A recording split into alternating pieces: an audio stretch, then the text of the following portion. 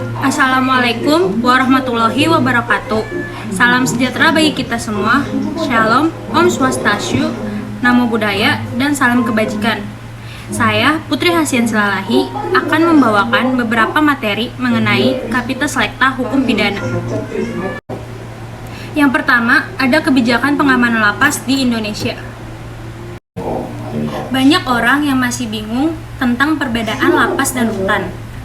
Nah, lapas adalah tempat untuk melaksanakan pembinaan narapidana dan anak didik permasyarakatan. Lapas diperuntukkan bagi seseorang yang telah dinyatakan bersalah oleh pengadilan karena melakukan suatu tindak pidana. Sedangkan rutan adalah tempat untuk menempatkan tersangka atau terdakwa oleh penyidik, penuntut umum, atau oleh hakim dengan penempatannya untuk kepentingan penyelidikan, penuntutan, atau untuk kepentingan pemeriksaan sidang. Rutan diperuntukkan bagi mereka yang masih dalam proses peradilan. Meskipun lapas dan rutan adalah dua institusi yang berbeda, namun di kedua tempat itu mempunyai kesamaan, yaitu sama-sama mempunyai kerawanan timbulnya konflik antara penghuni satu dengan penghuni lainnya. Pembinaan terhadap narapidana kurang mendapatkan perhatian oleh pemerintah.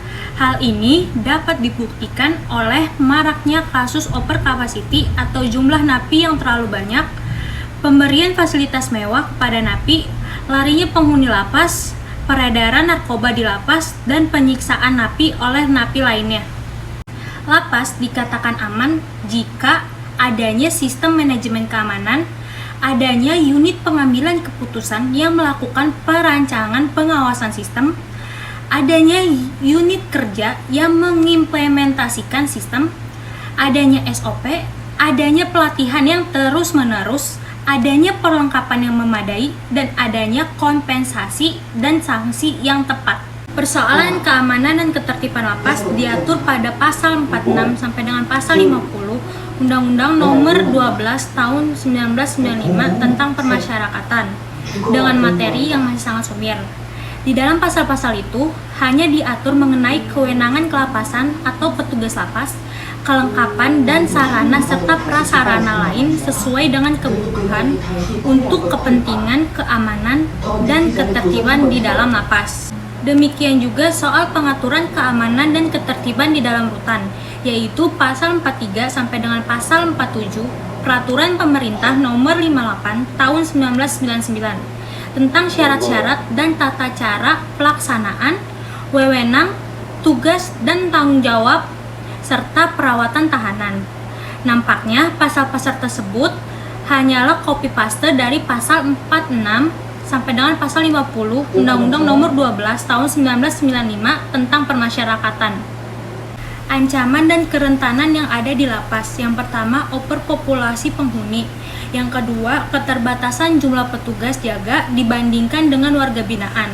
1:52 secara nasional, 1:500 orang di banyak lapas. Sedangkan di US hanya 1:5. Yang ketiga, kualitas petugas yang tidak terlatih dalam menghadapi gangguan. Yang keempat, pemahaman akan SOP yang masih sangat lemah. Yang keenam, tidak tersedianya unit intelijen di tingkat lapas atau rutan. Yang ketujuh, rasio tingkat resiko dan kesejahteraan petugas yang tidak sebanding. Yang kedelapan, daya pukul atau persenjataan yang terbatas. Berikut ini merupakan beberapa contoh kasus yang terjadi di lapas.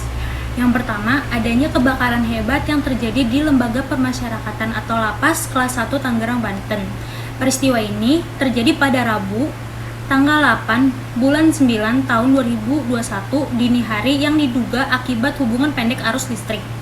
Akibat insiden tersebut tercatat ada 41 orang narapidana yang tewas, 8 orang luka berat, dan 72 orang lainnya luka ringan. Contoh kasus yang kedua, pada Rabu tanggal 29 bulan September 2019, lapas perempuan kelas 3 di Palu, Sulawesi Tengah terbakar sekitar pukul 18 WITA. Penyebab kebakaran tersebut diduga karena adanya tahanan yang ingin kabur.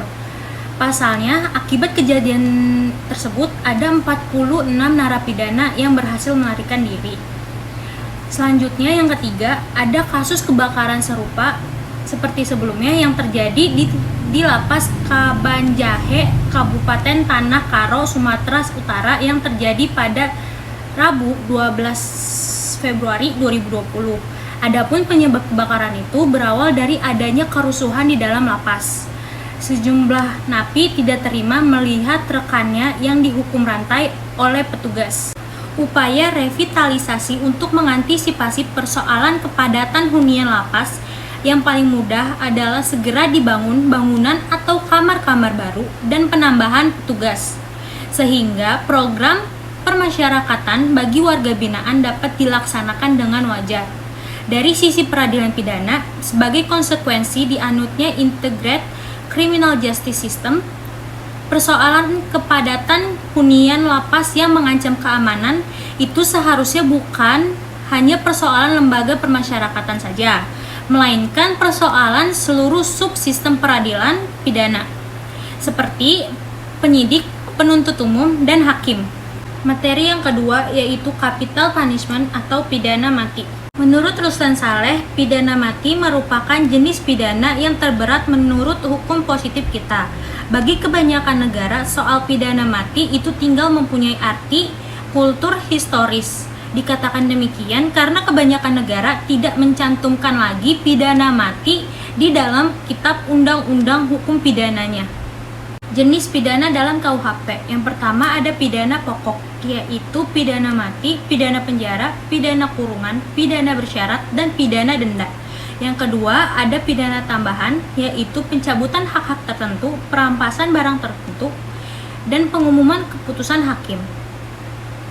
Pidana mati merupakan pidana yang terberat di dalam sistem peradilan. Terkait pidana mati, banyak orang yang pro atau setuju terhadap pidana mati, dan juga banyak orang yang kontra atau tidak setuju terhadap pidana mati. Beberapa tanggapan bagi orang yang pro terhadap pidana mati yaitu pidana mati mendasarkan pada realita aktual bahwa pidana mati diperlukan untuk menegakkan prinsip-prinsip keadilan. Ada suatu kekhawatiran apabila tidak ada pidana mati dan kejahatan semakin menjadi-jadi.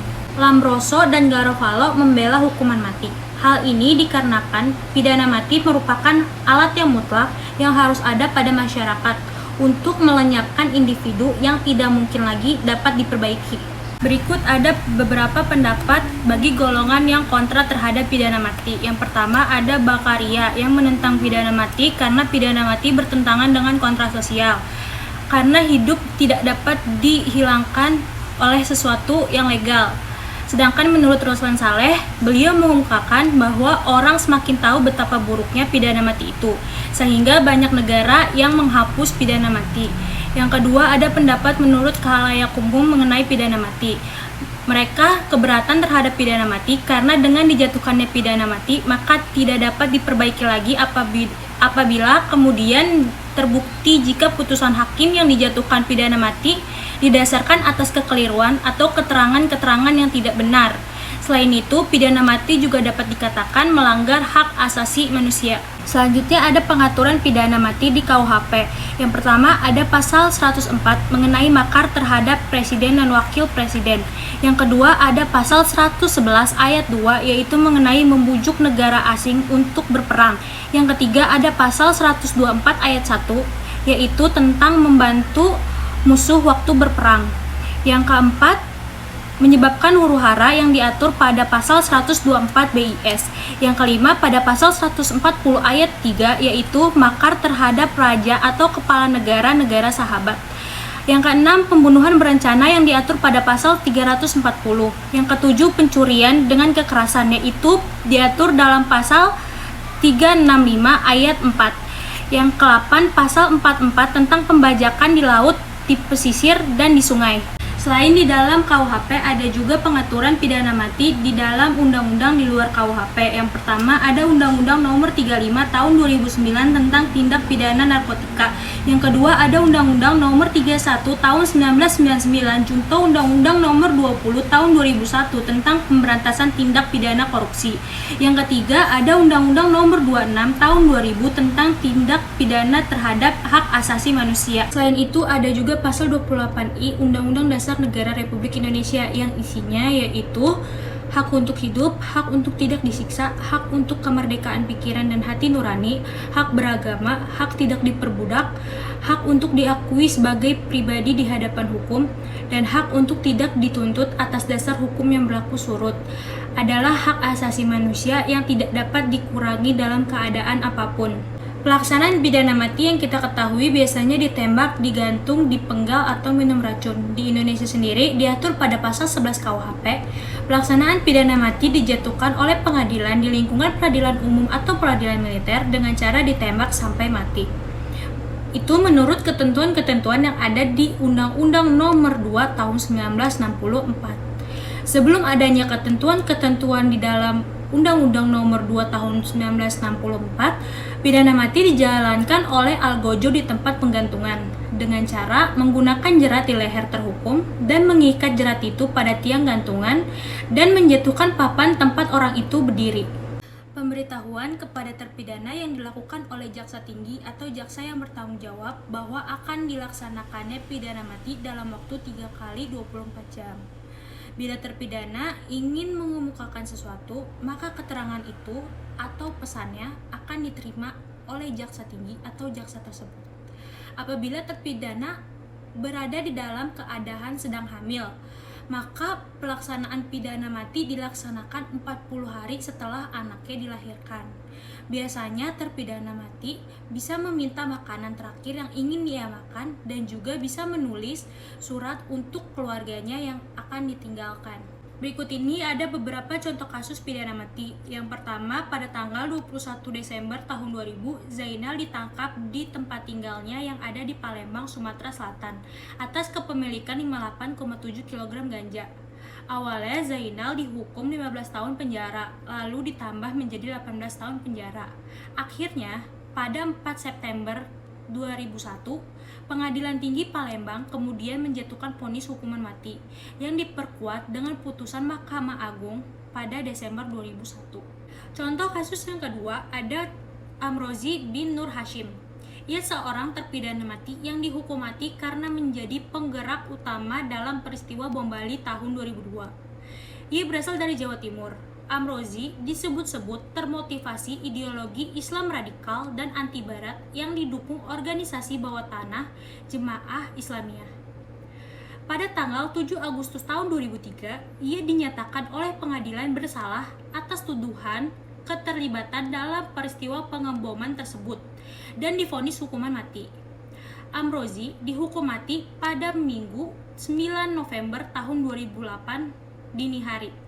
Sekian materi yang dapat saya sampaikan. Jika ada kesalahan atau kekeliruan, mohon dimaafkan dan saya ucapkan terima kasih.